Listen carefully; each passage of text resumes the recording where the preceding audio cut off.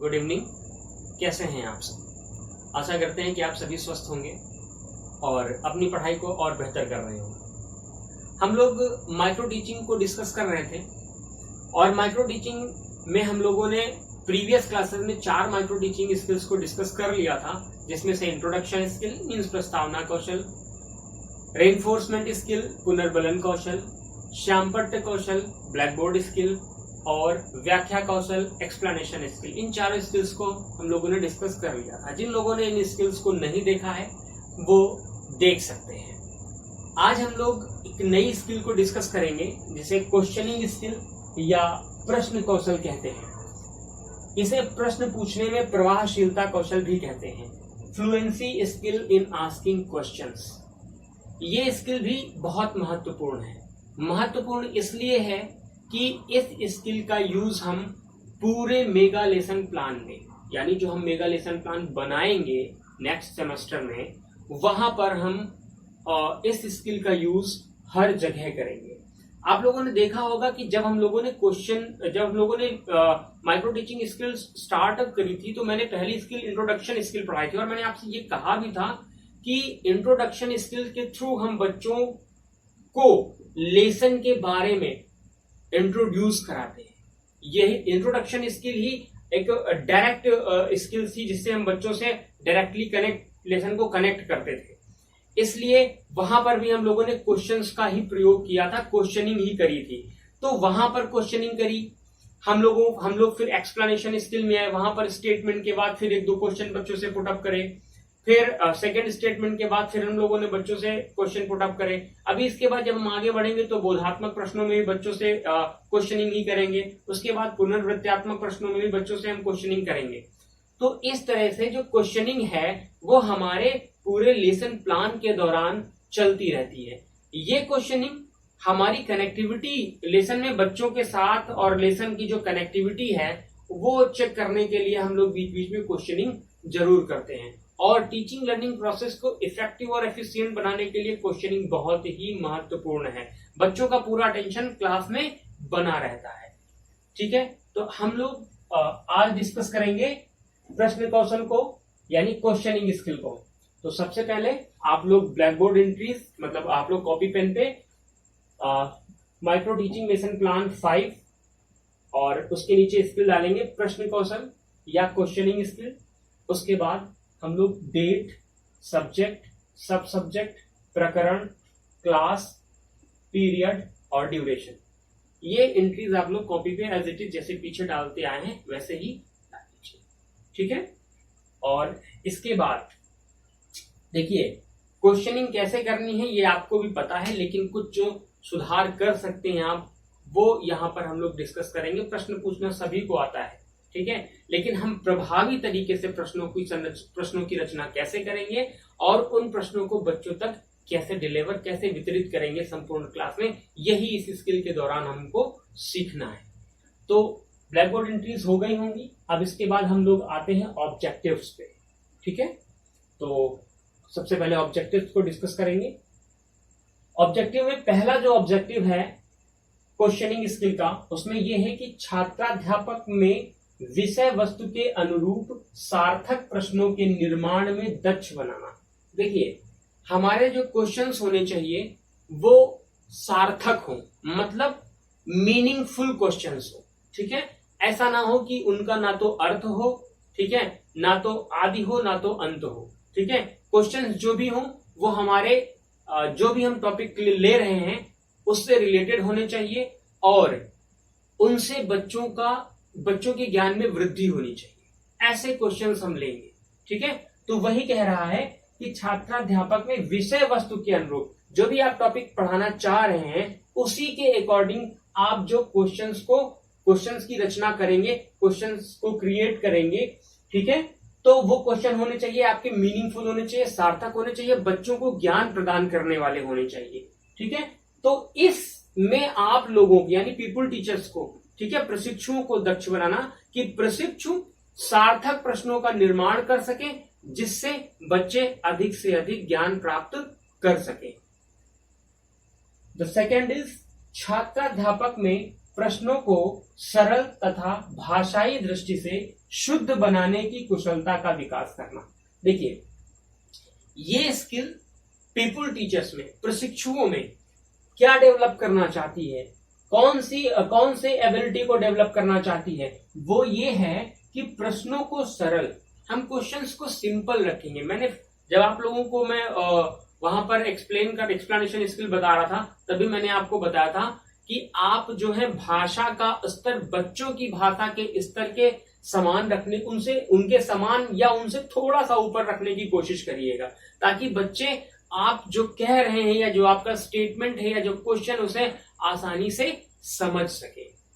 तो यहां पर प्रश्नों को हम सरल तथा भाषाई दृष्टि से शुद्ध, ठीक है, जो हम भाषाई दृष्टि से शुद्ध मतलब जो हम क्वेश्चनिंग करेंगे वो प्रश्न जो है भाषा की दृष्टि से शुद्ध होने चाहिए। मींस उनका प्रोनाउंसिएशन एकदम स्टैंडर्ड होना चाहिए, ठीक है, और उन्हें समझ में आना चाहिए, ठीक है। शुद्ध प्रोनाउंसिएशन यानी एकदम एक्यूरेट प्रोनाउंसिएशन होना चाहिए, ताकि बच्चे किसी तरीके से उसमें दिग्भ्रमित ना हो।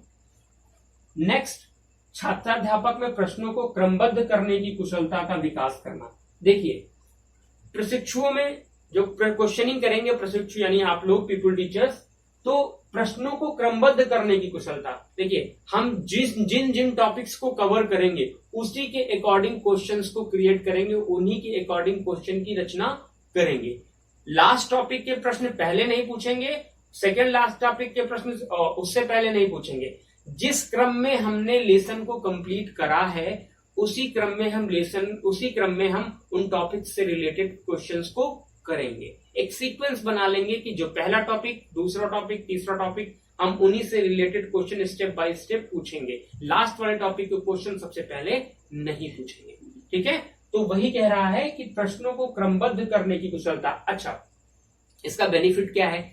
बेनिफिट ये है कि बच्चों के दिमाग में एक मैप तैयार होता चला जाता है, ठीक है, एक पैटर्न सेव होता चला जाता है, डेटा उनका जो है क्रमबद्ध तरीके से उनके माइंड में एक डेटा सेव होता चला जाता है। अगर यही क्वेश्चन जो है मिसमैच मतलब मिसलेनियस कर दिए जाएंगे, बीच बीच से पिकअप कर लेंगे, तो वो एक पार्ट है। जब कभी आप क्लास में फ्री बैठे हो और बच्चों का एंटरटेन करना हो, या बच्चों का कहते हैं कि खोजपूर्ण प्रश्न कौशल भी एक है, तो उस तरह की स्किल जब करा रहे हो तब हम ऐसा कर सकते हैं। लेकिन जब हम एक लेसन प्लान को पढ़ा रहे हैं, एक निश्चित पैटर्न के अकॉर्डिंग पढ़ा रहे हैं, तो हमारे क्वेश्चन जो होने चाहिए वो सीक्वेंस में और कंटेंट के अकॉर्डिंग, जिस टॉपिक को हमने पहले पढ़ा है उसके क्वेश्चन पहले, जिस टॉपिक को हमने बाद में पढ़ा है उसके क्वेश्चन बाद में, ताकि बच्चों के दिमाग में एक डेटाबेस मतलब एक सीक्वेंस में क्रमबद्ध तरीके से सेटअप होता चला जाए। द नेक्स्ट इज छात्राध्यापक में प्रश्न पूछते समय प्रवाहशीलता एवं उच्चारण की शुद्धता का विकास करना। देखिए, जब भी हम बच्चों से क्वेश्चनिंग करेंगे उस समय जो हमारा प्रश्न हो, जो हमारे क्वेश्चंस हो, उसमें प्रवाहशीलता हो, फ्लो हो, यानी क्वेश्चंस हमारे दिमाग में पहले से सेटअप होने चाहिए कि हमें कौन से क्वेश्चन किस क्रम में रखने हैं, ताकि हम प्रश्न पूछते समय, चाहे हम जब क्वेश्चन कर रहे हो तो ऐसा ना हो कि हम सडनली क्वेश्चन क्रिएट कर रहे हो, बीच में अटक जाए, ऐसा नहीं होना चाहिए। हम जब भी क्वेश्चन करेंगे एक फ्लो में करेंगे, और जो हमारा प्रोनाउंसिएशन हो वो भी एकदम लाउड एंड क्लियर होना चाहिए। यानी हमारे जो क्वेश्चंस होने चाहिए वो एक फ्लो में होने चाहिए और लाउड एंड क्लियर, ठीक है। कोई स्पेलिंग एरर या वर्तनी संबंधी त्रुटि नहीं होनी चाहिए। इसके जो नुकसान है, इसका नुकसान ये है कि बच्चे जो हैं, आप जिस तरह का उच्चारण करेंगे बच्चे उसी को फॉलो अप करेंगे और उनसे भी आगे चल करके वर्तनी संबंधी त्रुटियां होने लगेंगी, उच्चारण संबंधी त्रुटियां होने लगेंगी। इसलिए आपका जो क्वेश्चन हो वो एकदम फ्लो में होना चाहिए और लाउड एंड क्लियर होना चाहिए, ठीक है। द नेक्स्ट इज छात्राध्यापक में उपयुक्त स्वर में प्रश्न पूछने की कला का विकास करना। देखिए, क्वेश्चन आपने कर लिया, केवल आगे वाले बच्चों तक ही क्वेश्चन डिलीवर हुआ, पूरी क्लास में आपका क्वेश्चन वितरित नहीं हो पाया, तो इससे क्या होगा कि पूरी क्लास का अटेंशन क्लास में बना नहीं रहेगा, तो क्लास में अनुशासन की कमी आ सकती है, और बच्चे जब अटेंशन नहीं ले रहे हो तो वैसे भी टीचिंग लर्निंग प्रोसेस बहुत इफेक्टिव नहीं होगा। तो छात्राध्यापक में उपयुक्त स्वर में, ठीक है, जो लाउडनेस होनी चाहिए, ठीक है, क्लासरूम के अकॉर्डिंग, छात्र संख्या के अकॉर्डिंग हमारी आवाज जो होनी थी, जो हमारी टोन होनी चाहिए, वो अप एंड डाउन हो सकती है।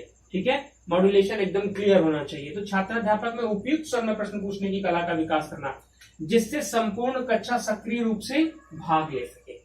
अगर हम धीमे स्वर में उसी क्वेश्चन को करेंगे तो 1, 2, 3 सीट के बच्चे तो उसको ध्यान देके सुनेंगे और उसमें मतलब एक्टिव रहेंगे, उसमें उसका रिस्पॉन्स देने की कोशिश करेंगे। लेकिन जब हमारा क्वेश्चन बच्चों तक पूरी क्लास में डिलीवर ही नहीं होगा, पूरे क्लास के बच्चे उसमें पार्टिसिपेट ही नहीं कर पाएंगे, तो फिर क्लास के सभी बच्चे एक्टिव नहीं रहेंगे। और अगर आपकी क्लास के सभी बच्चे एक्टिव नहीं हैं तो आपकी टीचिंग लर्निंग प्रोसेस कभी भी इफेक्टिव नहीं हो सकती।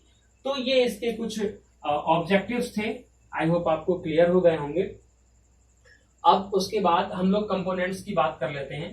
ठीक है, कंपोनेंट्स को फिर मैंने बताया ऑब्जेक्टिव्स के जस्ट नीचे लिखेंगे कंपोनेंट्स को। तो कंपोनेंट्स में देख लेते हैं क्या क्या है।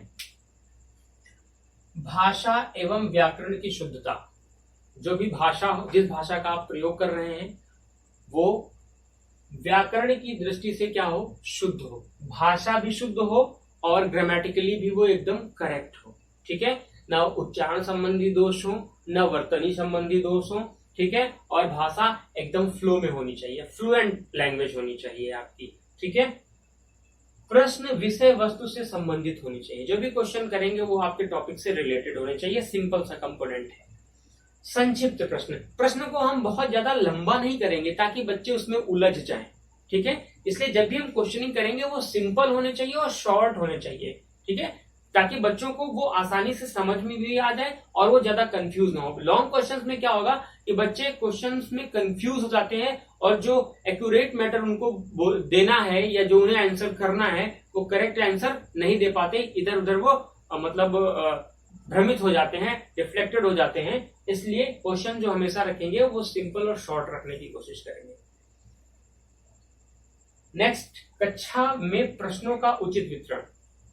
यही मैंने आपको बताया कि ऐसा नहीं है कि हम केवल फ्रंट सीट के बच्चों से ही क्वेश्चनिंग कर रहे हैं या सेकंड लास्ट के बच्चों से ही क्वेश्चनिंग कर रहे हैं। हम पूरी क्लास में क्वेश्चन को डिलीवर करेंगे। बीच में हम चाहे लास्ट बेंच से भी क्वेश्चन करेंगे, मिडिल बेंच से भी क्वेश्चन करेंगे, कॉर्नर के बच्चों से भी क्वेश्चन करेंगे, लेफ्ट साइड के बच्चों से भी क्वेश्चन करेंगे, फ्रंट सीट के बच्चों से भी क्वेश्चन करेंगे। मीन्स कोई बच्चा ये ना समझ पाए कि नहीं मेरा प्रतिनिधित्व नहीं हो रहा है, कोई बच्चा इंफीरियर फील नहीं करना चाहिए। इसीलिए हम क्वेश्चन को पूरी क्लास में डिलीवर करेंगे। ठीक है, ताकि सभी बच्चे उसमें इक्वली पार्टिसिपेट कर सके, तभी क्लास जो है एक्टिव रहेगी और आपका टीचिंग लर्निंग प्रोसेस इफेक्टिव बना रहेगा। प्रश्न पूछने में उपयुक्त गति एवं ध्वनि। देखिए, हम क्वेश्चन को बहुत स्लो मोशन में पूछ रहे हैं, नहीं सही है। हम क्वेश्चन को बहुत जल्दी कह जाते हैं ताकि बच्चे कुछ समझ ही नहीं पाते, वो भी गलत है। तो हम जब भी प्रश्न पूछेंगे उसकी जो गति होनी चाहिए यानी प्रोनाउंसिएशन जो होना चाहिए वो एक ऐसा होना चाहिए कि बच्चे आसानी से समझ सके। बहुत जल्दी में भी नहीं बोलेंगे और बहुत आराम से भी नहीं बोलेंगे। ठीक है, और जो ध्वनि, उपयुक्त गति एवं ध्वनि, लाउडनेस जो भी आपकी है, आपका जो आवाज है, मॉड्यूलेशन है वॉइस का, वो क्या होना चाहिए, क्लास के अनुरूप होना चाहिए, क्लास के अकॉर्डिंग होना चाहिए। इससे क्या होगा कि लास्ट बेंच तक के बच्चों तक भी वो आपका क्वेश्चन पहुंचेगा और वो उसमें पार्टिसिपेट और उसका रिस्पॉन्स करेंगे। प्रश्नों की सहजता, प्रश्न जो होने चाहिए इजी होने चाहिए। क्वेश्चन इजी होने का मतलब ये नहीं कि आप बच्चों से टिपिकल क्वेश्चन नहीं करेंगे। ठीक है, प्रश्नों की सहजता, इतने सहज होने चाहिए कि इजी टू अंडरस्टैंड हो। मतलब ये है, प्रश्न इतने सरल होने चाहिए, इतनी सरल भाषा में होनी चाहिए कि वो इजी टू अंडरस्टैंड हो। ठीक है, मीन्स इतना। छात्रों द्वारा उत्तर देने में सहजता। ठीक है, जब बच्चे प्रश्न को अच्छे से समझ लेंगे तो वो आसानी से इसका उत्तर दे सकेंगे। ठीक है, कि छात्रों द्वारा उत्तर देने में सहजता, ये एक इसका। हाँ, सहजता में ये भी है कि आप बच्चों को कंफर्ट जोन देंगे। रेनफोर्समेंट स्किल इसीलिए थी कि हम बच्चों को हमेशा मतलब वो डिमोरलाइज फील ना करें। ठीक है ना, तो उन्हें कंफर्ट जोन भी देंगे ताकि वो अपने रिस्पॉन्स को हम तक पहुंचा सके या अपने रिस्पॉन्स को दे सके। ठीक है, तो ये इसके ऑब्जेक्टिव्स थे और कंपोनेंट्स थे। तो ऑब्जेक्टिव्स के नीचे ही हम कंपोनेंट्स लिखेंगे, आप लोग स्क्रीनशॉट ले लीजिए और इंग्लिश मीडियम के बच्चे इसका ट्रांसलेशन कर लेंगे।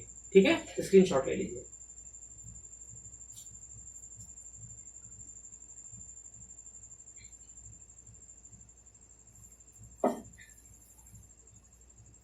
चलिए ठीक है, अब हम लोग प्रेजेंटेशन पे आते हैं।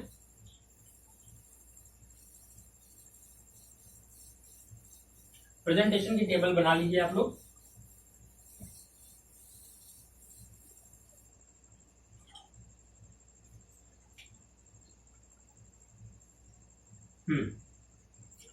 अब हम लोग आते हैं प्रस्तुतिकरण पे।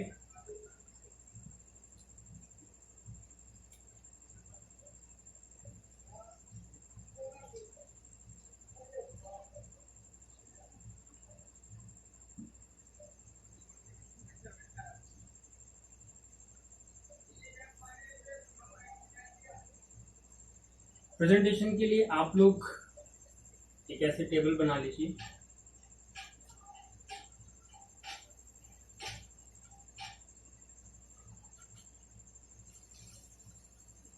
पहले बना चुके हैं। यहाँ पर क्रम संख्या, serial number,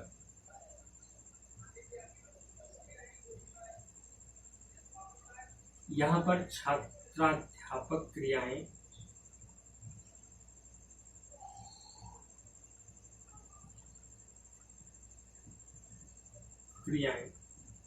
people teachers activity,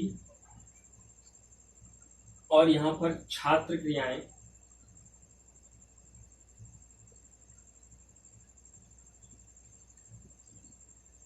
peoples activity,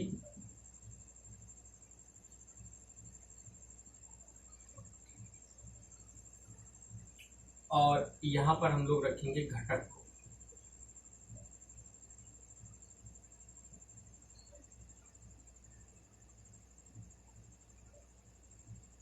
components को, ठीक है। चलिए, हम लोगों ने कहा, अभी आप लोगों से मैंने ये कहा कि हमें क्वेश्चनिंग करनी है। अब क्वेश्चनिंग करेंगे। हमने कहा कि जो टॉपिक आपने पहले पढ़ाया है उस टॉपिक के क्वेश्चंस पहले, जो टॉपिक आपने बाद में पढ़ाया है उसके क्वेश्चंस बाद में रखिए। तो हम लोग एक टॉपिक को कवर कर रहे हैं। यहाँ पर हम लोगों ने लाइट टॉपिक को लिया था। प्रकाश ही पढ़ा रहे थे हम लोग। तो आप लोग यहाँ पर टॉपिक चेंज कर लीजिएगा। क्यों? क्योंकि मैंने इससे पहले बताया था कि आप लोग जो 5 स्किल हैं उनमें टॉपिक को सेम रखिएगा, बाकी में टॉपिक को आप चेंज कर लीजिएगा। और वो 5 स्किल्स थी, जो पहली स्किल थी शैक्षणिक लक्ष्य लेखन कौशल, शैक्षणिक लक्ष्य लेखन कौशल। दूसरी थी प्रस्तावना कौशल। तीसरी थी व्याख्या कौशल। चौथा श्यामपट्ट। और जो 5वां था वो आपका था पाठ समापन। इन 5 स्किल्स में आप लोग टॉपिक को सेम रखिए। मैंने बताया था कि इनमें टॉपिक सेम रखने से ये होगा कि आपको जो मेगा लेसन प्लान का जो कॉन्सेप्ट है वो क्लियर होगा। बाकी इसके बाद में जितनी भी स्किल्स पढ़ा रहा हूँ, जैसे रेनफोर्समेंट स्किल एक एक्स्ट्रा हो गई आपकी, और ये आज जो क्वेश्चनिंग स्किल है इसको आप टीचिंग सब्जेक्ट 2 में बनाइएगा। टॉपिक कोई भी ले लीजिएगा, केवल आपको simply step by step questions करने हैं, रेनफोर्समेंट देना है, क्लियर करना है, ज्यादा इसमें कुछ है नहीं। ठीक है, तो मैं लाइट पढ़ा रहा था इसलिए मैं लाइट से लूंगा। आप लोग टॉपिक को चेंज करिएगा। इन 5 में ही टॉपिक को सेम रखिएगा। बाकी जितनी भी स्किल्स आएंगे उनमें टॉपिक को आप अपने अकॉर्डिंग कोई भी टॉपिक ले लीजिएगा, नो प्रॉब्लम। लेकिन मैं यहाँ पर लाइट ही ले रहा हूँ। तो हम यहाँ पर प्रश्न कर रहे हैं बच्चों से। पहला क्वेश्चन हमने कर लिया, प्रकाश क्या है?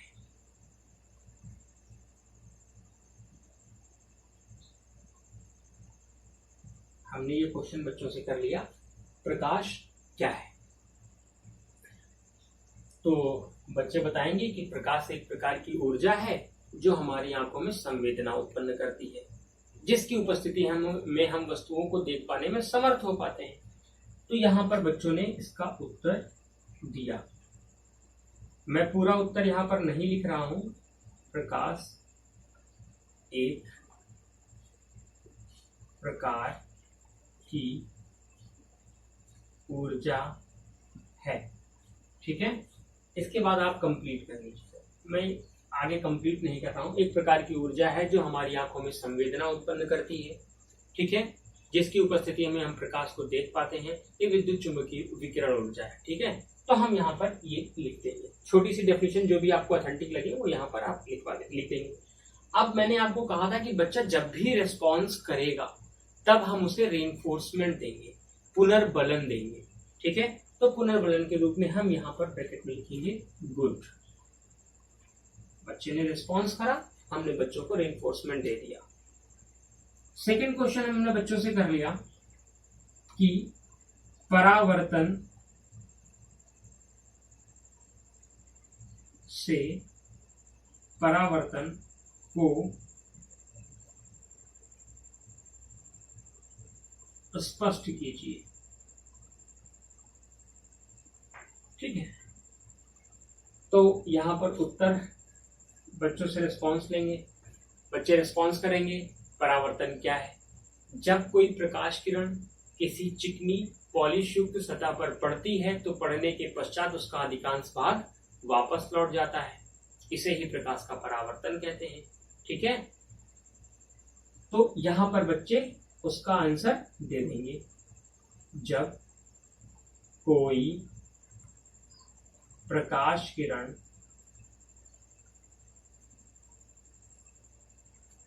किसी चमकदार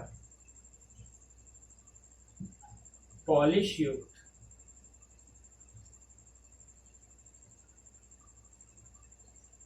सतह पर पड़ती है तो पड़ने के पश्चात उसका अधिकांश भाग वापस लौट जाता है। ठीक है ना, इसे ही क्या कहते हैं, परावर्तन कहते हैं। बच्चों ने इसका रिस्पॉन्स दे दिया, हमने यहां पर बच्चों को फिर रेनफोर्समेंट दे दिया। Very good. ठीक है, अब इसका रिस्पॉन्स बच्चों ने दे दिया इंग्लिश वाले इंग्लिश में लिख लेंगे। When a light ray incidents on a plain polished surface, then the maximum part of the light get back to the same medium। ठीक है, इसे ही क्या कहते हैं, रिफ्लेक्शन ऑफ लाइट कहते हैं। तो हम ये यहाँ पर आंसर लेने के बाद हम बच्चों को रेनफोर्समेंट दे देंगे। फिर नेक्स्ट क्वेश्चन कर लेंगे। नेक्स्ट क्वेश्चन हम कर लेंगे कि परावर्तन के नियम बताइए। परावर्तन के नियम बताइए। ठीक है, नियम बताइए। अच्छा, एक चीज ध्यान रखेंगे, हम पुरानी बातों को भूलेंगे नहीं। हमने जब जैसे आप लोगों को बताया था इंट्रोडक्शन स्किल में कि जब भी हम क्वेश्चन करेंगे तो किसी पर्टिकुलर एक ही बच्चे से नहीं करेंगे। क्वेश्चन करेंगे, बच्चों से हाथ उठाने के लिए कहेंगे कि वो अपने हैंड रेज करें। फिर हम उन बच्चों में से किसी एक से क्वेश्चन को करेंगे, उसका आंसर लेंगे, रेनफोर्समेंट देंगे, बिठा देंगे। फिर नेक्स्ट क्वेश्चन करेंगे, फिर किसी और अदर बच्चे को उठाएंगे। पूरी क्लास में हमारा क्वेश्चन वितरित होना चाहिए। बीच में से रैंडमली हम किसी भी बच्चे को पूछ सकते हैं ताकि बच्चे पूरे अटेंशन के साथ हमारे क्वेश्चन को सुनेंगे और जवाब के लिए प्रिपेयर रहेंगे। इसलिए हम जब भी क्वेश्चन करेंगे तो पूरी क्लास से करेंगे। ठीक है, और उनमें से बच्चों से हाथ उठवाएंगे। जिस बच्चे को हम चुनेंगे उसी से आंसर लेंगे, उसको रेनफोर्समेंट देंगे और बिठा देंगे। फिर नेक्स्ट बच्चे से लेंगे, फिर नेक्स्ट बच्चे से लेंगे। इससे क्या होगा, पूरी क्लास में आपका क्वेश्चन वितरित हो जाएगा। ठीक है, परावर्तन के नियम बताइए। उत्तर, परावर्तन के दो नियम हैं। परावर्तन के दो नियम हैं, 1 नंबर 2 नंबर। बच्चे इसका आंसर दे देंगे। आप लोग इसको अपनी कॉपी पे पूरा आंसर लिखिएगा। ठीक है, अब बच्चे इसका आंसर, मैं इसलिए नहीं लिख रहा हूँ, लिखने में बहुत टाइम लगेगा, मैं बता दे रहा हूँ कि क्या करना है। तो यहाँ पर बच्चे पूरा आंसर दे देंगे। ठीक है ना, बच्चे ने आंसर दिया, हम बच्चों कहेंगे शाबाश शाबाश, बहुत अच्छे, बैठ जाइए। इसी तरह हम 10 क्वेश्चन मैक्सिमम कर लेंगे इस स्किल में। टोटल हम लोग 10 क्वेश्चन इस स्किल में करेंगे। ठीक है। एक चीज, इंट्रोडक्शन स्किल के ऑब्जेक्टिव इसमें इंप्लीमेंट नहीं होते हैं, इसमें लागू नहीं होते हैं, लेकिन इसके ऑब्जेक्टिव इंट्रोडक्शन स्किल में जरूर लागू हो सकते हैं। ठीक है, तो आप लोग इसका एक स्क्रीनशॉट ले लीजिए और फिर हम इसके कंपोनेंट्स को डिस्कस करते हैं।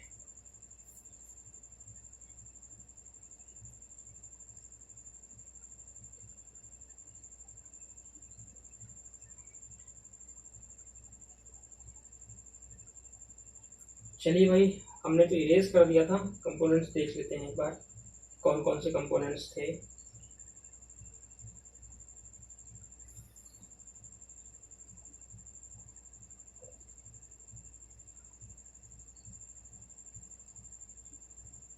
हाँ, भाषा एवं व्याकरण की दृष्टि से शुद्धता, ठीक है, भाषाई दृष्टि से शुद्ध है, ठीक है, और व्याकरण की दृष्टि से भी शुद्ध है, तो 1 नंबर कंपोनेंट। प्रश्न विषय वस्तु से संबंधित है, बिल्कुल है, तो 2 नंबर कंपोनेंट। फिर संक्षिप्त प्रश्न देख लीजिए, बहुत छोटे छोटे प्रश्न किए हैं मैंने, ये भी लग जाएगा, 3 नंबर कंपोनेंट में लगेगा। उचित आरोह अवरोह के साथ ये कंपोनेंट मैंने नहीं लिखा था। कक्षा में प्रश्नों का उचित वितरण, मैंने आपसे कहा था कि क्लास में आप एक ही बच्चे से या जो मतलब बहुत ब्राइट स्टूडेंट्स हैं केवल उन्हीं से क्वेश्चनिंग नहीं करेंगे। अगर ऐसा करते हैं तो फिर एक आइडियल क्लासरूम नहीं होगी, टीचिंग लर्निंग प्रोसेस बहुत इफेक्टिव तरीके से नहीं रन करेगा। ठीक है, तो उचित कक्षा में प्रश्नों का उचित वितरण, जब भी हम क्वेश्चन करेंगे तो सभी बच्चों से करेंगे, जो कॉर्नर पे है, बीच में है, फ्रंट पे है, लास्ट बेंच पे है, ठीक है, सभी से करेंगे। तो ये भी आप लोग करेंगे ही करेंगे, तो 4 नंबर कंपोनेंट भी लगा लेते हैं, देख लीजिएगा अपने हिसाब से। छात्र अध्यापक प्रश्न पूछने में सफल, हाँ, सहजता वाला क्वेश्चन जो वो था वो भी लग जाएगा, तो 5 नंबर, और छात्र उत्तर देने में भी सहजता 6 नंबर। तो मेरे हिसाब से इसमें सभी कंपोनेंट्स लगेंगे। ठीक है, 1 2 3 4 5 6 सभी कंपोनेंट सब में लग जाएंगे। देखिए वो आपके ऊपर डिपेंड है कि वहां करवा पाते कि नहीं, लेकिन एक आइडियल क्लास में सारे कंपोनेंट इसमें लग जाएंगे। प्रश्न सरल हैं, भाषाई दृष्टि से सही है, और जो हमारी वॉइस है और जो मतलब वो भी एकदम उसका मॉड्यूलेशन भी एकदम सही है, और ग्रामेटिकली भी करेक्ट हैं। जो प्रश्न है वो शॉर्ट भी हैं, ठीक है ना, बच्चे इजी टू अंडरस्टैंड कर पा रहे हैं, इजीली रिस्पॉन्स कर पा रहे हैं। तो ये सारी चीजें मतलब इसमें इम्प्लीमेंट हो रही है इस स्किल में, तो आप सारे यहाँ पर कंपोनेंट्स को लगा सकते हैं। ठीक है, हाँ, डिफरेंस क्या है इंट्रोडक्शन स्किल्स में और इसमें डिफरेंस क्या है? इंट्रोडक्शन स्किल में हम लेसन को इंट्रोड्यूस करते हैं बच्चों के सामने, ठीक है, क्वेश्चंस के थ्रू बच्चों के माध्यम से लेसन के जिस टॉपिक को हमें पढ़ाना है उस टॉपिक तक पहुंचे। मीन्स हम लेसन को इंट्रोड्यूस करते हैं या टॉपिक को इंट्रोड्यूस करते हैं। लेकिन इसमें क्या है, इसमें हम पढ़ाए गए टॉपिक्स, यानी पढ़ाए गए टॉपिक जब हमारा टॉपिक कंप्लीट हो जाता है तो उस टॉपिक से रिलेटेड क्वेश्चंस को पुट अप करते हैं। ठीक है, उसमें हमने टॉपिक को नहीं पढ़ा हुआ होता है, उस केवल टॉपिक को इंट्रोड्यूस करते हैं। यहां पर हम पूरे टॉपिक को पढ़ाने के बाद बच्चों की कनेक्टिविटी बोल सकते हैं, या बच्चों को जो हमने पढ़ाया उन्होंने कितना अंडरस्टैंड करा, कितनी लर्निंग करी, ठीक है, यहाँ पर उस चीज का हम लोग इवेल्युएशन करते हैं कि बच्चों ने कितना समझा। हम इस चीज का मूल्यांकन करते हैं जगह जगह पर, और जब हम स्टेटमेंट्स के बीच में पूछते हैं तो कनेक्टिविटी चेक करते हैं, लास्ट में पूछते हैं तो हम एक इवेल्युएट करते हैं कि बच्चों ने इस लेसन में कितना सीखा। आई होप आप लोगों को ये स्किल अच्छे से समझ में आ गई होगी। और नेक्स्ट स्किल में हम लोग अब जो है दृष्टांत कौशल पढ़ेंगे, या जो भी अपकमिंग स्किल होगी वो देखेंगे कौन सी स्किल ज्यादा इंपॉर्टेंट है पहले, तो हम लोग उसको पढ़ेंगे। तो इस स्किल में अगर किसी तरीके का कोई डाउट हो तो आप लोग कमेंट सेक्शन में आके पूछ सकते हैं। दूसरी बात, अभी ये स्किल कंप्लीट नहीं हुई है। मैंने कहा कि स्किल तभी कंप्लीट होगी जब आप इसमें ऑब्जर्वेशन टेबल बनाएंगे। ऑब्जर्वेशन टेबल, ठीक है, ऑब्जर्वेशन टेबल बना लीजिएगा। मैंने पहली स्किल में बना के बताई थी। उसके बाद यहाँ पर आप लोग कमेंट्स समालोचना भी लिखवाएंगे, ठीक है, तो मतलब टीचर्स लिखेगा आपके। तो ऑब्जर्वेशन टेबल और कमेंट्स के बाद आपकी ये स्किल कंप्लीट हो जाएगी। ठीक है, अगर आप लोगों को ये वीडियो अच्छा लग रहा है, समझ में आ रहा है, तो अन्य जो बीएड, डीएलएड या बीएलएड के प्रशिक्षु हैं उन तक शेयर करें और सब्सक्राइब करें। ठीक है, thank you, all the best.